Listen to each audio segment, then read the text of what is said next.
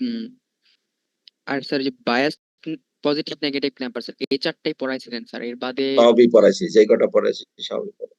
এই চারটেই আছে। আচ্ছা স্যার। ক্লিপার থাকে 8টা আর ক্ল্যাম্পার হলো 4টা। জি স্যার। তাহলে এই চ্যাপ্টার শেষ হলো, তাই তো? তাহলে এরপরে কি আসছে? এরপরের চ্যাপ্টারের নাম কি? এরপরেরটা 4 না? চ্যাপ্টার 4 4 4 4 দেখা যায়? 4 দেখা যায়? জি স্যার। 4 এ 1 নম্বরে হলো কনস্ট্রাকশন করতে হবে একটু, ঠিক আছে? ইনফ্যাক্ট এখন তোমরা নিজেরাই ডেসক্রাইব করে লিখতে পারবে।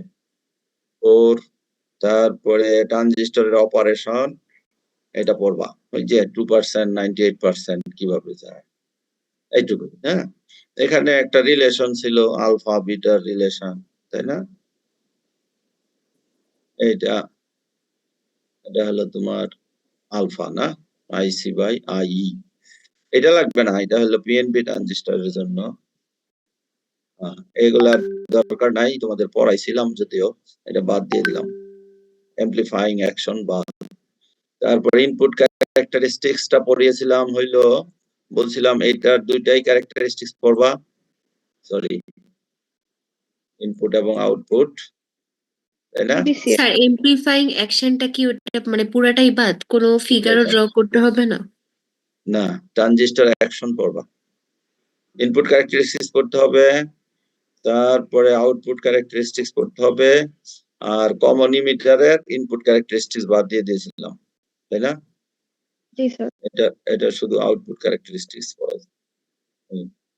আউটপুট ক্যারেক্টারিস্টিক্স, ইনপুট বাদ, তাহলে আউটপুট। আর এখানে একটা রিলেশন ছিল, relation between alpha and beta, তাই না? এই কোথায় আসে, এই যে এই রিলেশনটা একদম সিম্পল।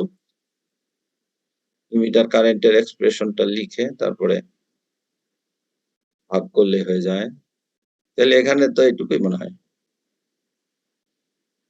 হ্যাঁ, আর পড়াই নাই কিছু, পড়াইছিলাম?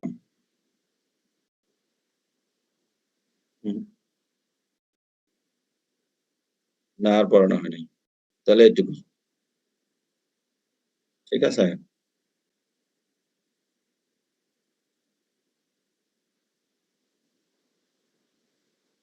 স্যার চ্যাপ্টার 4 এর কোনো ম্যাথ থাকবে?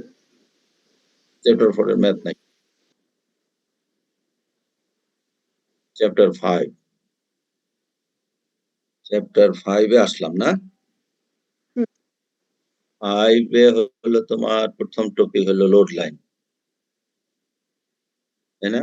এই যে এটা load line and operating point. এটার কোনো ম্যাথ আছে কিনা